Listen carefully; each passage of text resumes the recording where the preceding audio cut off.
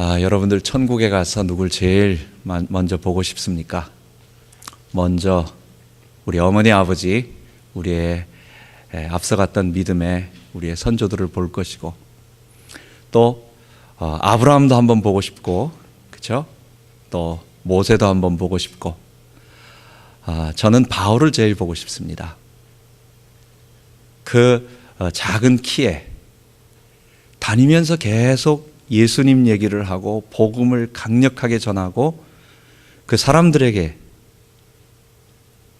죄 가운데 빠져 있는 사람이 십자가에 못 박혀 죽은 예수를 믿을 때 하나님 나라 구원을 얻는다라는 그 진리를 계속 전하는 바울을 꼭 만나봐서 한번 그분에게 묻고 싶기도 하고, 그분의 이야기를 한번 듣고 싶기도 하고, 그분을 꼭 보고 싶어요. 저는 이 순간 바울의 우리 교회에 와서 만약 목사님으로 오셔서 1시간 딱 시간 줬을 때, 목사님 무슨 말씀 해주시겠어요? 바울 사도님 무슨 말씀 해주시겠어요? 했을 때 저는 분명히 아마 바울은 한 번 주어진 시간이라면 그리스도 안에 거하십시오 라고 하는 그 말을 꼭 할 것입니다. 많은 이야기들 중에서 그리스도 안에 거하세요. 그리스도와 함께 거하세요. 그리스도로 말미암아 사세요. 왜 바울이 자기의 모든 말들을 그리스도 안에서, 그리스도와 함께, 그리스도로 말미암아라고 정했을까? 그것은 바울이 쓰고 있는 로마서나 성경 전체를 보면 이해할 수 있습니다. 그것은 이 세상의 모든 사람들이 사망 가운데 잡혀 있다는 거예요. 우리에게 당하는 모든 아픔들, 눈물들, 고통들, 슬픔들, 결국 우리가 죽어가면서 일어나고 있는 모든 우리의 죽음의 현상들이에요. 우리 속에서 썩어가고 있는, 죽어가고 있는 이 냄새들이 우리의 삶에서 계속 풍겨나면서 사람과의 관계, 내 내면의 심리 상태, 내 몸의 건강, 그리고 갑작스럽게 사건, 사고, 이런 모든 것들이 우리에게 죽음의 증상들, 죽음의 냄새들, 죽음의 그림자들이 우리들에게 계속 드리워지고 있는데, 이 원인이 있다라는 거예요. 이 죽음은 바로 너가 하나님을 거부해서, 우리 인간이 하나님을 거부해서 왔고, 그 하나님을 거부한 아담의 본성이 우리 속에서 있기 때문에 그게 바로 죄의 소원을 우리에게 계속 일으킨다는 거예요. 창세기 4장 7절, 성경 최초로 죄라고 하는 단어를 우리들에게 말해줍니다. 가인에게 하나님께서 말할 때 죄의 소원은 내게 있으나 너는 그것을 다스릴지니라. 우리 속에서 끊임없이 이 죄의 소원이 올라온다는 거예요. 소원이 뭐예요? 소원. 하고자 하는 욕구예요. 야고보는 이것을 욕심이라고 말했습니다. 욕심이 잉태한 즉 죄를 낳고 죄가 장성한 즉 사망을 낳느니라. 바울은 갈라디아서 5장에 보면은 이것을 정과 욕심이라고 말합니다. 우리 속에 있는 어떤 정과 욕심, 또는 이걸 합쳐서 정욕. 그래서 우리 속에 자기 중심되어 아담처럼 내가 하나님 되어 살고자 하는 그 자기 중심성을 가지고 모든 것을 내 것으로 끌어당기고 있는 이 욕구, 욕심, 본성, 기질, 성향, 본능, 이런 것들을 한마디로 죄라고 말하고, 이게 우리 속에서 있기 때문에 이게 우리로 하여금 계속해서 이 사망의 그림자로, 죄의 삭신 사망을 가져오도록 만든다는 것입니다. 바울이 그리스도 안에 거하십시오, 오직 십자가에 달려 죽으신 예수를 믿고 그 십자가와 부활에 동참하십시오라고 말하는 건 또 한 가지 이유가 있어요. 우리 바깥에는 눈에 보이지 않는, 그러면서 우리를 계속해서 유혹하고 위협하고 또 어떨 때는 참소하는 그런 영적인 악한 존재가 있다는 것입니다. 사탄은 본래 하나님이 창조하신 거룩한 하나님을 찬양하는 존재였는데, 천사였는데, 이 천사가 이사야서 14장에 보면 바벨론 왕을 갖다가 비유해서 바벨론 왕의 교만을 바로 이사야가 사단의 타락을 비유로 해서 이야기를 합니다. 너 아침의 아들 계명성이여 어찌 그리 하늘에서 떨어졌으며 너 열국을 엎은 자여 어찌 땅에 떨어졌는고 하면서 그가 땅에 떨어져서 타락한 원인에 대해서 말하는데, 내가 하나님의 뭇별들 위에 오르리라, 내가 지극히 높은 자와 견주리라 하는 그런 교만이 있었다는 것입니다. 내 속에서는 끊임없이 내가 주인 되고자 하는 자기 중심성의 욕구, 욕심 있습니다. 이것이 어떤 성적인 어떤 부분으로 연결될 때는 음욕, 정욕이라고 말하기도 하고, 이것이 물질과 연결될 때는 탐욕이라고 말하기도 하고, 어쨌든 그런 표현되어지는 내 속에 악한 죄의 소원이 있습니다. 이건 본능적으로 계속 올라와요. 우리 바깥에는 눈에 보이지 않는 사단이 계속해서 너도 하나님처럼 될 수 있어, 너도 하나님께 순종하지 말고 너가 주인 돼서 계속 살아봐봐 라고 우리에게 죄의 욕구를 계속해서 유혹하고, 보암직도 먹음직도 또 탐스럽게 할 만큼 우리에게 유혹을 계속하고 있습니다. 그 사단은 혼자가 아니라 그와 함께 타락한 천사들이 있어요. 유다서 1장 6절에도 또는 요한계시록 12장 9절에도 보면 마귀와 그의 사자들 말하는 거 보면, 타락은 하나님을 대적한, 대적이라고는 말이 하나님 앞에 아주 그냥 이렇게 한 건 아니겠죠. 교만하게 그 자리를 탐했다라는 거죠. 그렇게 해서 쫓겨난 그와 함께하는 천사들, 타락한 천사들이 있습니다. 이걸 바로 성경은 귀신들이라고 말합니다. 그래서 우리가 그리스도 안에 거하고, 우리가 그리스도와의 십자가와 부활로 말미암아 날마다 그리스도와 연합되어 살아야 하는 그 놀라운 그것밖에 이유가 없는 것은, 우리 안에 죄의 소원, 우리 바깥에, 그리고 눈에 보이지 않는 영적인 존재 사탄, 그리고 그의 졸개들인 귀신이 실제로 이 세상을 지배하고 있기 때문에 그렇다는 것입니다. 지난 시간에 우리 예수님께서 이 땅에 오셔서 하나님 나라를 선포하셨습니다. 죄가 지배하고 사망이 지배하고 사탄이 지배하고 아담이 지배하고 죄인의 나라가 아니라 이제는 하나님께서 통치하시는 나라,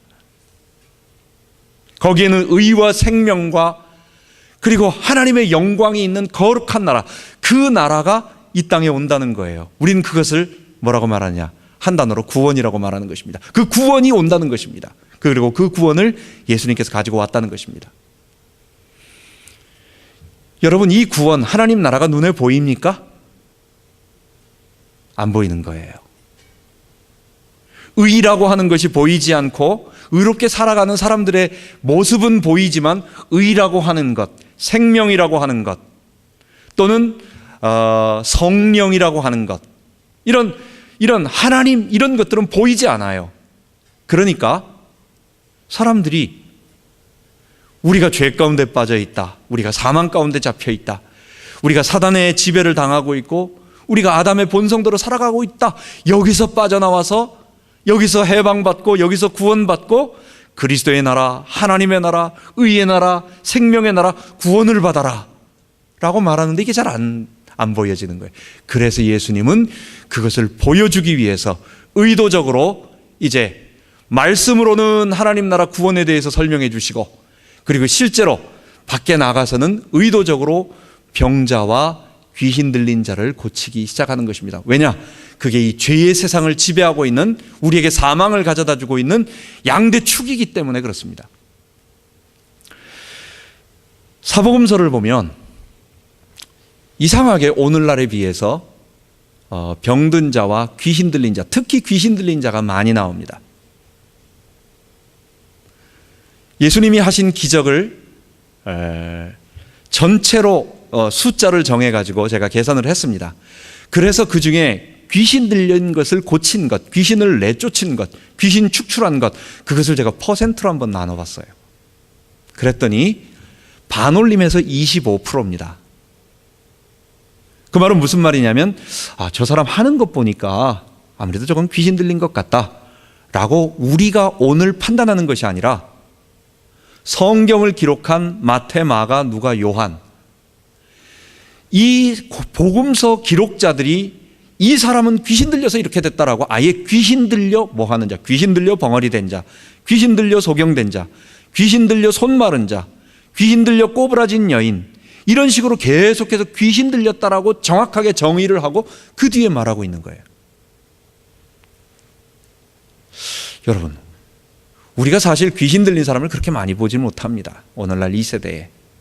우리가 사람 많이 모이는 우리 타이슨스 코너 가가지고 자, 귀신 들린 사람, 이 많은 사람들 가운데 귀신 들린 사람이 몇 명 있을까 생각해 보면 그렇게 많지가 않아요.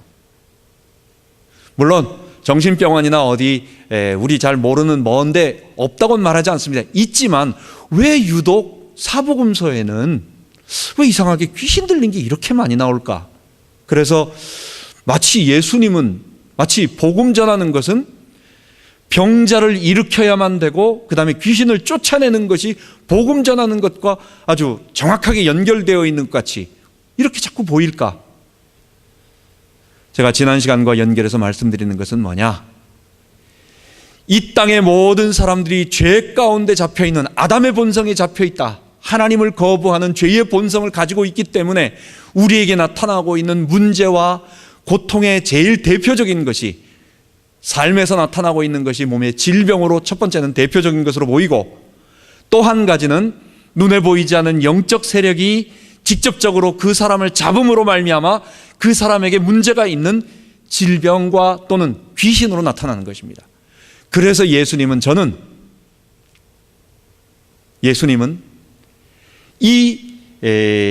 우리들에게 의도적으로 하나님 나라를 보여주시기 위해서 의도적으로 그런 자들을 찾아가 주셔서 사람들에게 하나님 나라가 정말 임했다는 것을 봐라 라고 하는 것을 보여주시기 위해서, 또는 하나님께서 특별하게 그 시대에 그런 사람들이 많이 예수님에게 갈 수 있도록 어떤 섭리를 통해서 이 하나님의 나라 구원이 이게 추상적인 어떤 도덕적인 윤리적인 우리 착하게 살자라고 하는 도덕 무브먼트가 아니라 이거는 분명히 죄로부터 해방받고 사단으로부터 해방받는 그런 나라라고 하는 것을 보여주시기 위함이었다.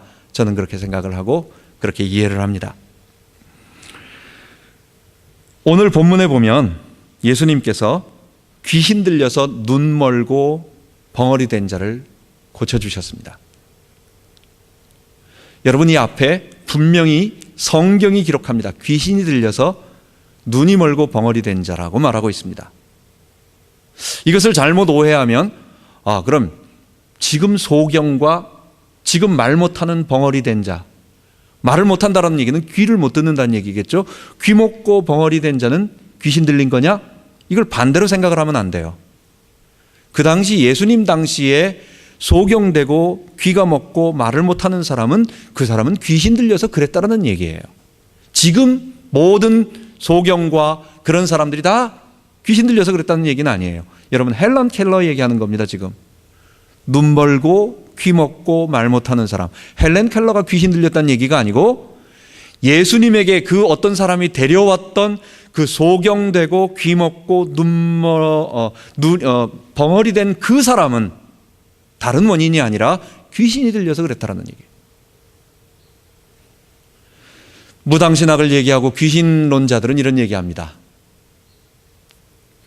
사람이 죽어서 불신자의 영혼이 죽어가지고 그 사람 속에 들어가니까 그 사람이 그렇게 됐다. 그게 질병을 일으킨다. 그러니까 예수님께서 귀먹은 귀신아 이렇게 표현을 합니다. 어떨 때는 그러면 이거는 이 땅에 사는 동안 귀가 먹고 말 못하던 불신자가 죽어서 귀신이 돼가지고 그 벙어리 귀신이 사람 속에 들어가가지고 그렇다. 그건 아니에요. 여러분, 귀신은 제가 처음에 뭐라고 말했습니까? 사탄과 함께 하나님을 대적한 타락한 천사예요. 여러분, 우리가 아무리 착하게 산다고 해서 죽어 천사 되지 않습니다. 마찬가지로 불신자가 아무리 악하게 산다고 해도 그 사람은 사람의 영혼이고 지옥에 가는 사람의 영혼이지 악하게 불신자로 살았다고 해서 그게 귀신 되는 게 아니에요. 사단은 사단이고 귀신은 귀신이고 사람의 영혼은 영혼이지 그렇게 다른 것입니다. 어쨌든 귀신이 들어가서 어떤 사람에게는 입을 막기도 하고 어떤 사람에게는 눈을 막기도 하고 어떤 사람은 귀를 막아서 지금 그 사람을 그렇게 딱 잡고 있는 거예요. 여러분, 이게 오늘 우리 시대하고도 똑같습니다.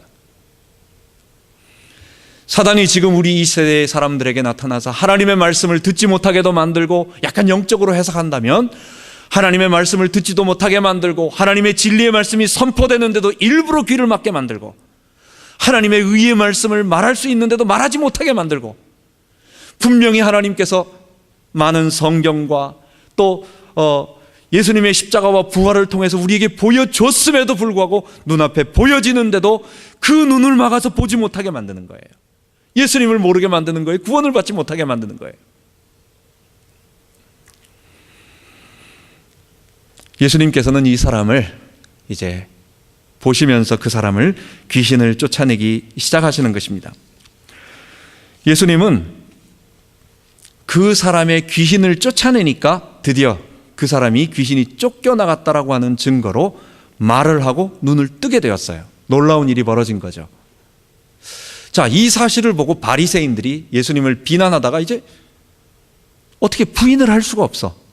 예수님이 하나님 나라 구원을 선포하고 죄와 사망에 잡혀 있는 자들이 하나님의 백성이 되어서 의의 백성, 거룩한 백성이 된다라고, 그리고 그것을 증거로 딱 보여주니까 부인할 수가 없는 거야. 그러니까 예수님이 귀신 쫓아냈다는 것은 부인할 수 없으니까 그건 인정하는데, 예수님이 귀신 쫓아낸 것은 귀신의 왕 바알세불, 다른 말로 말한다면 사탄인 것입니다. 사탄의 힘을 힘입어서 귀신을 쫓아냈더라고 억지로 비난을 하는 것입니다. 그때 예수님은 이제 그들의 말을 두 가지로 그들의 모순을 말하는 것입니다. 첫 번째는 바리새인들 중에서 귀신을 쫓아내는 행위를 하는 사람들이 있었어요. 너희 형제들 중에, 너희들 중에서, 너희 자녀들 중에서 그러면 귀신 쫓아내는 사람은 누구냐?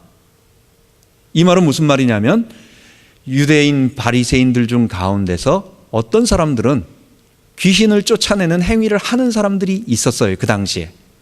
이 말은 그들이 정말로 귀신을 쫓아냈다, 그런 말도 아니고, 예수 이름 말고 다른 말로 또 귀신이 정말 쫓겨나가느냐, 이런 걸 말하는 게 아니에요. 지금 그 당시에 바리새인들 중에 어떤 사람들이 귀신 쫓고 있는 행위들을 하고 있었다, 그 얘기예요. 근데 그 예수님을 비난하는 그 바리새인들은 자기 형제들과 자기의 바리새인들과 자기 이스라엘 사람들이 귀신 쫓아내는 것에 대해서는 절대로 바알셉을 힘입어서 했다고 말하지 않는 거예요. 유독 예수님에 대해서만 그러는 거예요. 야, 너희 자녀들, 너희 같이 있는 바리새인들이 귀신 쫓아내는 거는 바알세불에 힘입어서 했다고 말하지 않고, 왜? 내가 쫓아내는 거는 귀신 들려서 내가 사탄의 힘을 힘입어서 쫓아냈다고 말하느냐? 너희 말이 모순된다. 첫 번째. 왜 그들은 비난하지 않고 나만 비난하느냐? 그 얘기예요. 그게 25절 얘기예요. 그러면서 27절에 또 한 가지 말씀하시는 건, 두 번째, 너희들 말이 틀린 것은 뭐냐면, 사탄은 자기 쫄개를 쫓아내서 어떻게 사탄의 나라가 이루어지겠느냐? 사탄이 사탄의 졸개인 귀신을 쫓아내면 자기 나라가 설 수가 없다. 그건 당연한 거 아니냐? 너희 말은 그래서 모순이다. 억지를 부리는 거다. 그렇게 말씀하시면서 드디어 예수님께서 자기가 귀신을 축출해낸, 귀신 들려서 소경이 되고 앞을 보지 못하고 말을 듣지 못하고 또 말할 수 없는 이 사람의 이 일을 한 것에 대한 것을 예수님은 두 가지로 딱 결론을 내려주시는 거예요. 내가 귀신을 쫓아낸 것은 두 가지를 말한다. 첫 번째, 그것은 내가 사탄을 패배시킨 거다. 내가 사탄을 이긴 거다. 그게 29절의 말입니다. 사람이 먼저 강한 자를 결박하지 않고야 어떻게 그 강한 자의 집에 들어가 그 세간을 늑탈하겠느냐. 여기 졸개들이 있는데 이 졸개를 내가 쫓아냈다라고 하는 것은 그 왕이 있는데 그 왕을 내가 먼저 딱 꺾고 결박하고 제어하고 굴복시키고 패배시키고 내가 이기니까 이 쫄개들이 도망가는 거다. 이 사탄이, 이 귀신들이 쫓겨나간 것은 첫 번째, 사탄이 패배된 거다. 그걸 너희들에게 보여준다는 거예요. 그게 29절 얘기예요. 그러면서 28절에 한 가지 더 얘기하십니다. 내가 만약에 하나님의 성령을 힘입어서 귀신을 쫓아냈다면, 이 귀신 쫓겨나간 현상은 뭘 의미하느냐? 그거는 너희들에게 하나님의 나라 구원이 임한 것이다 라고 하는 것을 보여준다는 것입니다. 여러분, 오늘 귀신 들린 사람을 고침으로 말미암아 예수님께서 하시는 말씀이 있습니다. 지난 시간에는 가버나움에 있는 중풍병자를 예수님께서 의도적으로 그냥 일으켜가지고 세울 수도 나가게 할 수도 있었는데도 의도적으로 소자야 죄사함을 받았느니라 라고 아무도 감히 할 수 없는 그 말을 딱 선언하심으로 그를 고쳐내셨어요. 그래서 유대인들과 바리새인들이 다 깜짝 놀랐어요. 그냥 병 고친 이 내용이, 중풍병을 고친 것이 예수님은 죄사함을 할 수 있는 권세를 가지신 하나님이시구나라고 하는 것을 보여준다라고 하는 첫 번째와, 두 번째, 오늘은 뭐냐? 귀신 들려서 소경되고 벙어리 된 자를 고쳐주시면서 예수님이 뭐라고 말하느냐? 내가 이 사람을 고친 것은 뭐냐? 첫 번째, 사탄을 패배시킨 거고, 그 사탄이 어떤 사탄이에요? 지금 이 시대에 모든 사람들에게 우리 바깥에서 계속해서 우리로 너 하나님을 거부해봐, 너 주인 돼서 살아봐봐, 너 나처럼 주인 돼서 하나님과 대적하면서 하나님 없이 너가 왕이 돼서 살아봐라, 그러면 너 잘 될 거야, 너 좋을 거야 라고 계속 유혹하고 있는, 그 우리 바깥에서 끊임없이 우리를 유혹하고 있는 사탄, 귀신, 그 모든 존재를 통합해서 우두머리 한 존재, 그게 사탄이에요. 그 사탄을 예수님께서 권세로 꺾으셨다라고 하는 것과, 그리고 그 사탄이 꺾여나감으로 말미암아, 그리고 우리 죄가 용서됨으로 말미암아 지금 이 자리에 하나님의 구원이 임했다라고 하는 것을 보여주는 것입니다. 여러분, 놀라운 사건인 것입니다. 그래서 우리는 이 말씀들을 오늘 그러면 하나님 나라에 관한 말씀들을 한번 정리하면서 우리들에게 적용해 보아야 되겠습니다. 마태복음 1장은 예수 그리스도의 하나님 나라 복음의 시작이라 말하면서 마가복음 1장을 시작하고 마가복음 1장 14절 말씀을 딱 시작합니다. 그게 뭐냐면, 가라사대 때가 찼고 하나님의 나라가 가까웠으니 회개하고 복음을 믿어라. 하나님의 나라가 가까이 왔다. 두 번째, 그거 들어가는 방법, 회개하고 복음을 믿어라. 이 얘기를 하는 것입니다. 여러분, 그렇다고 한다면 우선 지금 우리는 누구냐? 지금 우리는 어디 살고 있느냐? 우리는 지금 예수 그리스도의 초림과 예수 그리스도의 재림을 그 사이에 살고 있는 사람들입니다.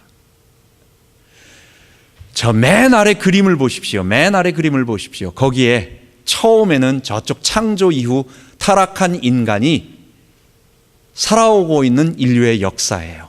이걸 2세대, 오늘 32절에 보면 2세대, 지금 2세대 또는 지구, 땅 이렇게 말할 수 있습니다. 그것은 저 끝에 가보면 끝날 때가 있어요. 우리 하나님의 심판으로 말미암아 인간의 범죄한 죄와 사망과 그리고 사탄과 그리고 범죄한 죄인들의 나라가 단절되고 하나님의 심판이 있을 것입니다. 언제? 우리 예수님께서 재림하실 때, 우리 예수님께서 구름 타고 만왕의 왕 만주의 주로서 심판의 주로서 이 땅에 오실 때 그렇게 될 것입니다. 그 이후는 어떤 것이 됩니까? 그때는 새 하늘과 새 땅이 되어서 더 이상 죄도 없고 눈물도 없고 상처도 없고 그런 곳이 될 것입니다. 그 위에는 뭡니까? 그게 바로 의로운 나라, 죄가 없기 때문에, 죄와 사망과 사탄 없기 때문에 저 위에 하늘에는 의와 생명이 있고 거기에는 우리 주 예수 그리스도께서 계시고 그리고 우리 하나님이 계신 하나님의 나라가 임하게 되는 것입니다. 그 위에 있습니다. 그런데 중요한 것은 뭐냐? 예수님이 재림하시기 이전에, 먼저 2000년 전에 저 우측 뒤쪽에 이렇게 위쪽에 있는 의와 생명과 하나님의 나라를, 그 거룩한 하나님의 나라를 죄와 사망과 사탄이 지배하고 있는 이 세상 속으로 예수님께서 먼저 앞으로 가지고 오셨어요. 먼저 2000년 전에 가지고 오셨어요. 완전한 것은 예수님이 재림할 때에 저 예수님 그림이 있죠. 저 예수님이 재림하실 때부터 시작되지만 그게 완성된 거예요. 그런데 예수님께서 2000년 전에 죄와 사망에 잡혀 있고 사단에 잡혀 있고 아담의 본성으로 살아가고 있고 죄인들이 고통 가운데 살고 있는 이 세상 속으로 예수님께서 먼저 오셔서 저 하나님의 나라를 가지고 오셨어요. 그래서 그분의 인격과 그분의 말씀을 통해서 그 하나님 나라가 이루어져요. 부분적으로 먼저 이루어졌어요. 그래서 우리는 그것을 실현된 하나님 나라, 사실은 좀 더 세게 정확하게 말한다면 부분적으로 실현된 하나님의 나라, 이쪽은 완전히 실현된 나라. 근데 구분을 해서 실현된 하나님의 나라 그리고 완성된 하나님의 나라. 완성된 하나님의 나라는 예수님의 재림을 통해서 이루어질 것입니다. 그때는 더 이상 죄와 사망과 사탄이 없을 것입니다. 그런데 지금 우리는 어디 살고 있습니까? 예수님께서요, 예수님 재림 이후에 맛볼 수 있는 것을 저 2000년 전에 먼저 이 땅에 오셔서 십자가와 부활을 통해서 우리들에게 가져다 주셨어요. 그래서 누구든지 저 예수의 십자가를 믿고 저 예수의 십자가를 받아들이면 이 땅에 발을 딛고 우리가 죄와 사망과 사탄의 나라에 살면서 고통당하면서 죄인으로 살고 있으면서 아담의 본성대로 살고 있지만 We live here. 우리가 여기 살고 있어요 지금. 그렇지만 우리는 하나님의 의와 생명, 우리는 그리고 저 하나님의 놀라운 구원을 맛볼 수가 있는 거예요. 여러분, 이 그림이 대단히 중요합니다. 이 그림 만드느라고 한 2시간 걸렸어요. 내가 재주가 없어가지고 파워포인트를 갖다가 할 수가 없어가지고 여기저기 그림들 다 잘라내가지고 고생을 했습니다. 여러분, 지금 우리가 여기서 살고 있는 예수님의 초림과 예수님의 재림 그 사이를 살고 있어요. 그 사이에서 우리는 발을 이 땅을 딛고 있으면서 죄와 사망과 사탄 가운데 우리가 고통을 당하며 살고 있지만 이건 언제 끝나느냐? 주의 재림을 통해서 새하늘과 새 땅이 이루어질 때 우리는 완전히 그때 끝날 것입니다. 우리는 부활한 모습을 입을 것입니다. 더 이상 사탄의 공격을 받지 않을 것입니다. 더 이상 죄도 없기 때문에 우리는 영광의 모습으로 변화될 것입니다. 근데 그 이전까지 우리가 여기 살고 있어요. 우리가 저 구원을 받았지만 구원의 현재라고 하는, 구원의 진행이라고 하는, 구원의 완성을 향해 나가고 있지만 아직 완전히 완성된 건 아니야. 그래가지고 우리에게는 아직도 고통이 오고 아픔이 오고 슬픔이 있고, 여러분, 그러나 우리는 의와 생명을 받았어요. 우리 안에 생명의 빛이 들어왔고 우리 안에 저 하나님의 나라가 임했고 구원이 임했어요. 그럼에도 불구하고 우리는 아직도 죄와 사망의 영향력 속에서 살고 있다는 것. 여러분, 여기에 예수님께서 오시면서 하나님 나라에 들어가는 방법을 말씀해 주셨습니다. 두 번째입니다. 뭡니까? 아까 말씀드린 것처럼 1장 14절에 때가 찼고 하나님의 나라가 가까웠으니 그 하나님 나라에 들어가는 방법을 말씀해 주셨어요. 회개하고 복음을 믿으라. 하나님 나라에 들어가는 방법은 한 가지, 두 가지밖에 없습니다. 딱 그건 사실 하나로 연결된 거예요. 뭐냐? 지금까지 너가 주인 돼서 살았던 아담의 죄를 회개해라. 회개라고 하는 것은 다른 걸 회개하는 게 아니에요. 내가 이전에 어떤 나쁜 짓을 했다라고 하는 것, 당연히 나쁜 짓이고 그건 회개해야 됩니다. 그러나 그것보다 더 근본적인 거 있어요. 그렇게 나쁜 짓을 할 수밖에 없는 근본, 그 토대가 있어요. 토대. 그게 뭡니까? 우리가 우리를 지으신 창조주 하나님을 거부하고 우리가 피조물 되어 살지 않고 내가 하나님처럼 되겠다고 하는, 내가 주인 되겠다고 하는 그 선언, 하나님께 대한 분리선언, 내가 하나님처럼 되겠다고 하는 자기 주장, 자기 주인됨, 여기에서 발생되어진 하나의 행위들이에요. 그러니까 그런 행위 하나를 회개하는 것보다도 그 깊은 뿌리, 빙산을 말한다면 빙산의 그 뿌리가 보통 물속에 잠겨 있는 게 뭐 9에서 7이라고 7에서 9개가 더 깊이 들어가 있다고 하는데 그 깊은 뿌리 속에 있는 걸 건져내고 끄집어내야 돼. 그게 뭐냐? 우리는 근본적으로 하나님을 싫어하는 사람들이고 내가 주인 되고자 하는 사람들입니다. 그게 아담들이에요. 우리가 죄인이라는 얘기예요. 이 죄의 본성이 우리 속에 깊이 뿌리 박혀 있다는 거예요. 회개는 뭐냐? 하나님께 대한 회개입니다. 다른 걸 회개하는 게 아니에요. 바울이 사도행전 20장 21절에 에베소 장로들을 불러놓고 자기가 3년 동안 가르친 것을 한마디로 말합니다. 내가 유대인과 이방인들에게 뭘 가르쳤느냐, 헬라인들에게 뭘 가르쳤느냐, 하나님께 대한 회개와 우리 주 예수 그리스도께 대한 믿음을 가르친 것이라. 자기가 가르친 건 딴 게 아니래요. 우리가 예수님께 대한 회개, 하나님께 대한 믿음, 이게 아니에요. 우리는 근본적으로 하나님의 피조물 드립니다. 우리는 하나님을 대적한 사람들입니다. 우리는 하나님 없이도 내가 주인 돼서 살아오겠다라고 모든 것을 나 주인 돼서 살아갔던 아담으로 살아왔던 사람들이에요. 이걸 회개하라는 거예요. 내 속의 근본 뿌리를 잘라내고 돌이키고 굴복하고 하나님 앞에 항복 선언을 하지 않으면 이거 안 되는 거예요. 예수님을 통해서 의와 생명 그리고 그 구원의 완전한 그 하나님 나라 들어갈 수 있는 방법은 다른 길이 없습니다. 그건 뭐냐? 하나님께 대한 회개, 자기 중심성에 대한 아담의 죄에 대한 회개, 그리고 이 회개는 두 번째 어디로 가게 되느냐? 그런 나를 구원하기 위하여 예수님께서 십자가에서 피 흘려 죽으셨어요. 얼마나 놀라운 일인지 몰라요. 의인을 위하여 죽는 자가 쉽지 않고 선인을 위하여 용감히 죽는 자가 혹 있거니와 우리가 아직 죄인 되었을 때 그리스도께서 우리를 위하여 죽으심으로, 그리스도께서 죄인된 우리를 위하여 죽으시고 이 죄인인 우리가 그 그리스도와 하나 되어서 그 그리스도의 십자가를 믿음으로 받아들일 때, 그 믿는다라는 건 다른 걸 믿는 게 아닙니다. 십자가와 부활을 믿음으로. 십자가와 부활 믿는다는 게 뭐예요? 나도 그리스도와 함께 똑같이 십자가에 못 박히고 나의 옛 자아를 못 박고 나의 죄, 나의 자기 중심성을 십자가에 똑같이 못 박아 예수와 함께 죽는 거예요. 이게 믿음이에요. 그리고 나서 그분이 부활하심을 본받아 나도 의로운 자로 칭함을 받는 겁니다.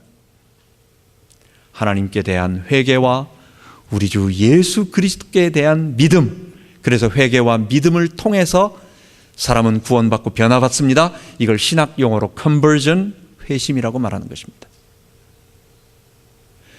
여러분, 우리는 지금 어디에 살고 있습니까? 우리는 그리스도의 초림과 그리스도의 재림 사이에 이 땅의 발은 죄와 사망과 사단의 나라에서 여전히 아담의 본성을 가지고 지금 살아가고 있는 사람들이에요. 여기에 그대로 우리가 죄를 따라가고 우리 속의 욕구를 따라가고 우리 바깥에 사단의 유혹에 넘어가면 우리는 그대로 넘어지고 우리는 실패합니다. 그런데 여기서 우리가 하나님의 나라로, 그의 사랑의 아들의 나라로 옮김을 당했어요. 어떻게? 하나님께 회개하고 그리고 예수 그리스도를 믿음으로 말미암아, 십자가와 부활을 믿음으로 말미암아 그렇게 됐습니다. 여러분, 이런 세상에 살고 있는 우리에게 날마다 결단의 시간이 필요할 겁니다. 왜냐? 우리가 비록 하나님의 나라로 옮김을 받았지만 골로새 1장 13, 14절에 말하는 것처럼 우리가 그가 우리를 흑암의 나라에서 그의 사랑의 아들의 나라로 옮기셨으니 우리가 그 안에서 구속곧 죄사함을 받았느니라. 우리가 지금 그의 사랑의 아들의 나라, 주 예수의 나라, 하나님의 나라에 들어갔지만, 우리가 그분의 나라의 구원을 얻었지만 아직 우리가 어디에 영향을 받고 있어요? 여전히 죄와 사단과 사망의 지배를 받고 있습니다. 죄와 사단이 가만히 있을까요? 내 속에 죄의 본성이 가만히 있을까요? 내 속에 죄의 욕구는 계속 올라옵니다. 이건 끊임없이 내 속에서 주인 돼서 살아봐봐. 너 하나님보다도 네가 주인이잖아. 우리 남한테 뭐 돈 손해보는 것도 참 못 견디는 일이지만 자존심 상하는 거, 그것도 굉장히 힘든 일입니다. 누가 내 주인됨에 대해서 건드려가지고 나를 조금 기분 나쁘게 감정을 상하게 하면요, 이거 참 돈 손해보는 것보다도 굉장히 아주 고통스럽고 아주 그렇습니다. 사탄은 우리 속에 있는 죄의 본성과 또 내 본성 자체가 계속, 내 죄의 욕구가 계속 그것을 갖다가 자극하고 있는데, 그건 우리를 계속 땡기고 있어요. 우리가 굴복하고 주님 앞에 회개하고 주님 앞에 들어갔지만, 주님이 우리와 함께 하시지만 사탄은 우리를 지금도 계속 우는 사자처럼 삼킬 자를 찾아 두루다니고 있고, 광명의 천사로 나타나가지고 막 그 하면 좋을 것 같이 막 유혹하고 있는 이 상황 속에, 내 속에서는 죄의 욕구가 계속 일어나고 있는 이 상황 속에 여러분, 우리는 어디를 선택해야 될까요? 우리가 만약에 성령을 의지해서, 하나님을 의지해서 우리가 죄와 사단이 있음을 알고 우리가 이기면 우리는 하나님의 축복, 의의 생명의 빛을 계속 체험하게 될 것이고, 이미 구원받은 것을 오늘 그 맛을 보게 될 것이고, 이걸 바울의 말로는 구원을 이루어가는 거예요. 구원의 탑을 쌓아가지고 이만큼 돼서 구원에 도달하는 게 아니라 미래에 이루어질 구원을 지금 여기서 맛보고 있는 거예요. 완성되어 가고 있는 거고, 이미 얻은 걸 저기서 맛보는 게 아니라 여기서 맛본다. 구원을 체험해 보라는 거예요. 그 하나님이 너의 안에 계신 것을, 성령이 너를 지배하는 것을. 그런데 우리가 성령을 의지하지 않고 갈라디아서 5장에 말하는 것처럼 육체의 욕심을 따라서, 성령의 열매가 아닌, 성령의 소욕이 아닌 육체의 소욕을 따라서 음란과 호색과 질투와 분냄과 당짓는 것과 수군수군하는 이런 것들을 쫓아가서 그 유혹에 넘어가서 잠깐 그쪽으로 넘어가면, 우리가 성령을 의지하지 않고 넘어가면 여전히 또 죄와 사망의 고통을 당한다는 것입니다. 지금 우리가 살고 있는 그 상황 속에서 그렇다는 것입니다. 이미 구원받은 우리가 지금 여기서 고통을 당한다는 것입니다. 그래서 마지막으로 바울은 우리들에게 이런 말씀을 하고 있습니다. 승리할 수 있는 유일한 방법을 우리들에게 말해주고 있어요. 구원의 현재를 살아가고 있는 우리가 승리할 수 있는 유일한 방법을 우리들에게 말해주고 있습니다. 그게 뭐냐? 날마다 그리스도의 십자가를 바라보라는 것입니다. 어떤 것으로도 죄와 사단을 이길 수 없습니다. 이건 결심 갖고 되는 것이 아닙니다. 앞에 어마어마한 톱니바퀴가 있어요. 거기에 내 옷자락을 딱 물고 있습니다. 이거는 내가 빼려고 빼지는 게 아니에요. 나는 끌려가게 되어 있어요. 그 정도는 뺄 수 있어. 그건 큰 코 닥치는 거예요. 사탄이 그렇게 만만한 게 아니고 내 죄의 본성은 그렇게 만만한 게 아니에요. 이걸 이길 수 있는 방법은 딱 하나밖에 없습니다. 그거는 그것을 내 힘으로 싸우려고 하지 말고 먼저 우리를 위해 피 흘리신 십자가, 그리스도의 십자가를 바라보라는 것입니다. 제가 찬송가 471장을 오늘 불렀습니다. 십자가 그늘 밑에 나 쉬기 원하네. 저 햇빛 심이 쬐이고 또 짐이 무거워 이 광야 같은 세상 늘 방황할 때에 주 십자가 그늘에 나 쉬기 원하네. 2절 내 눈을 밝히 떠서 저 십자가 보니 나 위에 고생당하신 주 얼굴 보인다. 그 형상 볼 때 내 마음에 큰 찔림 받아서 그 사랑 감당 못하여 눈물만 흘린다. 야, 이거 누가 지었는지 생각을 해보세요. 또 이걸 우리말로 누가 번역을 했는지 정말 잘 만들었어요. 그 십자가를 바라볼 때마다 날 위해 고생당하시고 날 위해 피 흘리시고 날 위해 죽임당하신 그분을 바라보면 내 속에서 감사와 감격이 일어나는 거예요. 십자가 안 바라보면요, 내 속에서 죄의 본성이 땡글땡글한 게 계속 올라옵니다. 땡땡한 게 계속 올라옵니다. 내가 말했죠, 우린 자석이에요. 안 하려고 해도 끌어당겨요. 이건 본능이에요. 이거는 누가 조금 세게 당기느냐 적게 당기느냐의 그 강도 차이지, 모든 사람, 우리의 육체가 죽어서 주님 앞에 가서 쉴 때, 아니면 주의 재림으로 말미암아 우리가 부활의 몸을 입기 전까지는 우리가 성령의 능력으로 그것을, 그 강도를 약하게 만든다는 것 뿐이지, 우리는 모두 다 그 죄의 본성을 이길 수가 없습니다. 이런 사람들입니다. 이걸 어떻게 이기겠어요? 결심해서 이기려고 하지 마세요. 결심하는 것 좋지만 그것 갖고는 이기는 방법이 아닙니다. 십자가의 날 위에 피 흘리신 그리스도를 바라보세요. 죄인인 나를 위하여 죽기까지 순종하신 그분을 바라보세요. 그분 앞에, 그분의 뚝뚝 떨어지는 그 피 앞에 볼 때, 아유, 잘 죽었다. 날 위해서 이렇게 죽어줬으니까 이제부터 나는 해방받았으니까 열심히 놀아야지. 이렇게 된다면 그건 잘못 본 사람이에요. 누가 그런 말을 해요? 아버지가 흥부 직업이 뭐냐면, 동네 부자들이 죄를 졌을 때 곤장을 맞아야 되는데 흥부는 가가지고 그 곤장을 대신 맞아가지고 그 몸으로 때워서 그 돈을 받는 직업을 갖고 있었습니다. 하루는 어떤 부자 돈이 없어가지고 이제 쌀 떨어져가지고 어느 부자가 관가에 가서 곤장을 맞아야 되는데 흥부가 가가지고 직살나게 얻어 터지고 그다음 그 부자한테 쌀 몇 대를 얻어가지고 왔어요. 아들이 보더니 아빠 쌀 모자랐는데 내일 또 가서 맞아가지고 좀 내일은 좀 쌀밥 좀 맛있게 먹게 해주세요.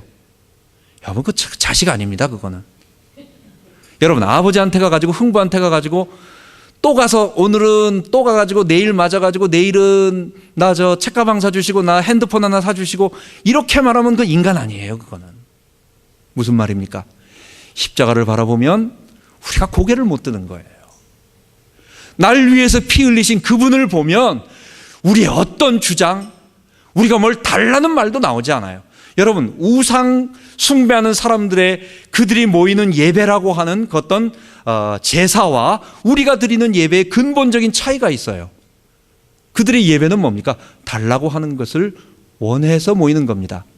그 예배와 그 제사는 하고자 하는 목적, 거기서 추구하는 건 딱 하나예요. 달라는 거예요. 내가 원하는 거 내놓으라는 거예요. 그 내놓는 걸 하기 위해서 겸손하게 좀 나를 좀 죽이고 좀 겸손하게 달라고 하는 거지, 아니면 뭘 많이 바치면서 좀 날 좀 불쌍히 여기서 해달라고 하는 거지, 목적은 하나예요. 내놓으라는 거예요. 근데 우리 예배는 안 그렇습니다.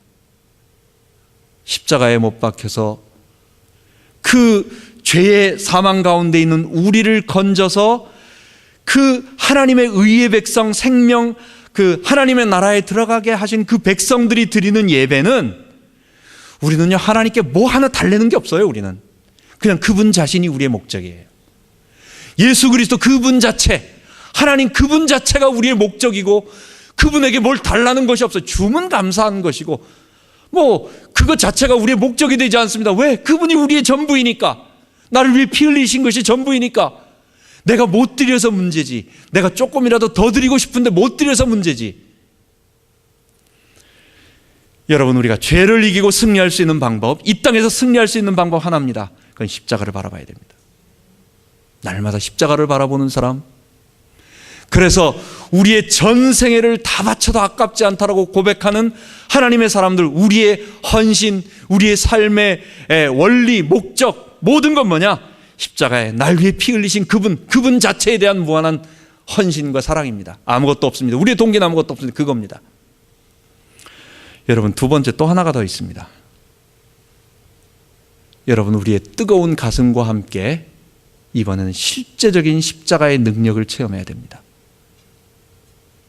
십자가에 대한 감격과 함께 두 번째 십자가에 대한 사랑뿐만 아니라 두 번째 십자가의 능력이에요. 그 십자가의 능력은 뭐냐?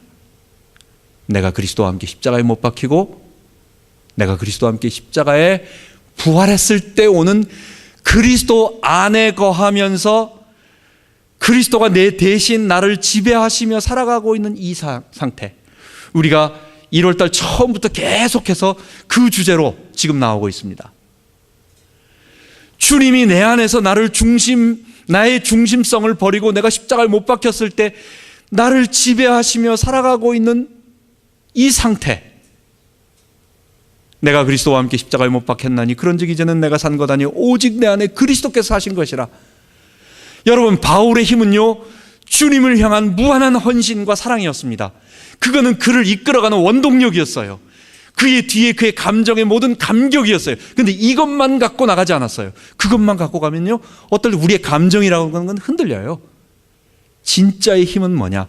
그 실제적인 능력은 내 안에 그리스도가 사신다는 거예요. 내 안에 그리스도께서 정말 인격으로 사셔서 내 안에 주인으로 사셔서 내 대신 그분이 모든 것을 지배하시며 나로 이길 수 있도록 힘주신다는 거예요. 여러분 이거는 가짜가 아닙니다. 이거는 추상적인 이론이 아닙니다. 이거는 신학적인 종교적인 어떤 하나의 얘기가 아닙니다. 실제입니다. 여러분 이 맛을 보면요 다른 얘기할 게 없어요. 바울은 그래서 이 말의 한마디가 그리스도 안에서라는 말이었어요. 우리의 삶을 그리스도 안에서, 우리의 너무 착한 신앙의 사람들이 그리스도에 대한 사랑 하나만 가지고 십자가의 사랑에 감격해서 나가는데 세상에 나가서 실패합니다. 넘어집니다. 세상에 너무 악하고 또 세상에 너무 화려한 것들에 녹아가지고 죄의 욕구와 사단을 이기지 못합니다. 왜 이기지 못합니까? 내 안에 그리스도가 실제로 산다라고 하는 십자가의 능력을 체험하고 그 깊이 들어가지 못하기 때문에. 여러분 그리스도 안에 죽고 그리스도와 함께 사는 이 축복, 그리고 그리스도를 위하여 전생을 바치는 우리의 삶, 그게 예수님께서 우리에게 가져다 주셨던 하나님 나라였어요. 이 구원을 지금 여기서 맛보고 이제 다음 시간과 계속 연결돼서 이 구원을 맛보고 있는 우리가 하나님 나라 운동을 하고 있는 사람들이에요. 이 구원을 맛보고 예수님께서 그 거지같이 갈릴리 촌사람들에게 우리가 하나님 나라 운동을 하는 사람들이다, 우리 겨자씨 같고 우리 누룩 같지만은 아무것도 아닌 것 같지만 우리가 퍼져나가면서 복음을 전하고 있다, 그러면 이게 큰 나라가 된다. 그리고 그게 실제로 이루어졌어요. 우리도 지금 이 자리에서 똑같은 일을 합니다. 아무것도 아닌 자들이 십자가에 대한 감격과 그 감격과 함께 뭡니까? 십자가에 나도 똑같이 못 박히고 십자가에서 부활해서 주님이 내 안에 사시는 것을 체험하고 보면 세상을 이길 힘이 생겨요. 그걸 다른 사람들에게 가르치는 거예요. 저 사람들도 우리가 가지고 있는 이 복음 속으로 들어오게 만드는 거예요. 그리고 하나님 나라를 맛보게 만드는 거예요. 이 맛을 보면 세상에 그 무엇과도 바꿀 수 없어요. 이게 점점 커져가는 겁니다. 계속해서 이 말씀을 나누도록 하겠습니다. 기도하겠습니다. 하나님 아버지, 구원의 현재를 살아가고 있는 우리에게 이것을 이길 수 있는 힘을 말씀하여 주심을 감사합니다. 귀신 축출과 또 병자를 치유하심으로 말미암아 우리의 죄는 용서받았고 또 우리는 사탄의 권세를 이길 수 있는 그 주님이 계시다라고 하는 것을, 그분이 우리 안에 살아계시다라고 하는 것을 눈으로 보여주셨는데, 이 땅을 살아가면서 우리가 그 싸움을 싸우기를 원합니다. 그 구원을 체험하기를 원합니다. 그리고 주님께 대한 무한한 헌신을 가지고 또 그 헌신과 함께 십자가에 못 박혀서 죽고 십자가에서 부활한 그 모습으로 이 복음 전하기를 원합니다.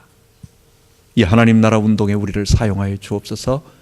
우리 주 예수 그리스도 이름으로 기도합니다. 아멘.